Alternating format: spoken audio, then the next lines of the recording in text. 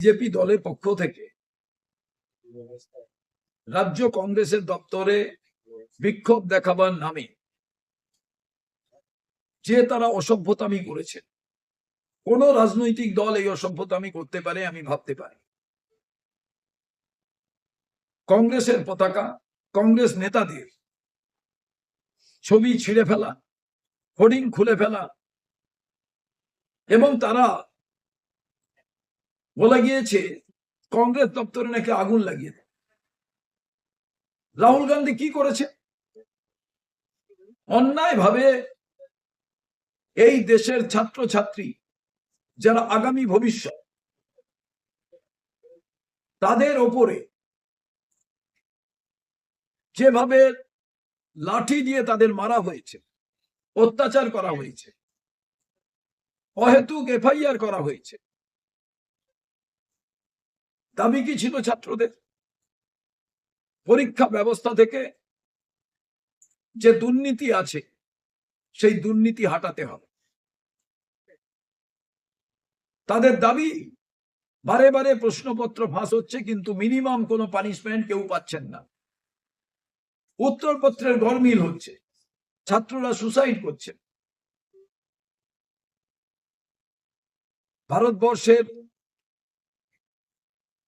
বিরোধী দলনেতা রাহুল গান্ধীজি সংসদের ভেতরে আলোচনা চেয়েছে। সারা দেশের মানুষ রাহুল গান্ধীর সঙ্গে ধর্মেন্দ্র প্রধান মহাশয়ের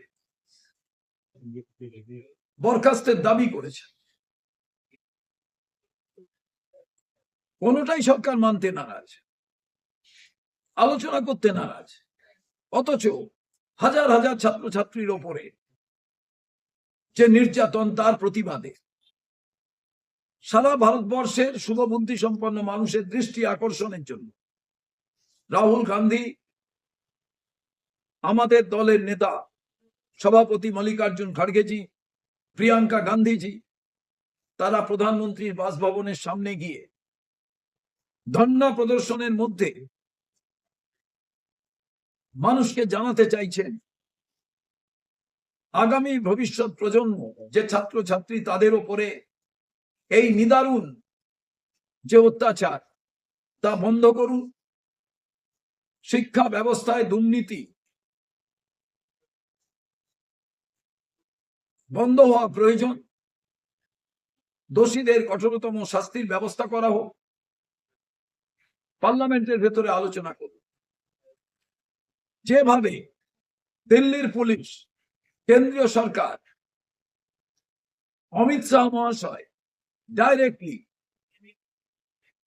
অত্যাচার করলেন প্রিয়াঙ্কা গান্ধী, রাহুল গান্ধীর ওপরে, রাহুল গান্ধী রক্তাক্ত হলেন, অ্যারেস্ট হলেন, এর আমরা তীব্র বিরোধিতা করি।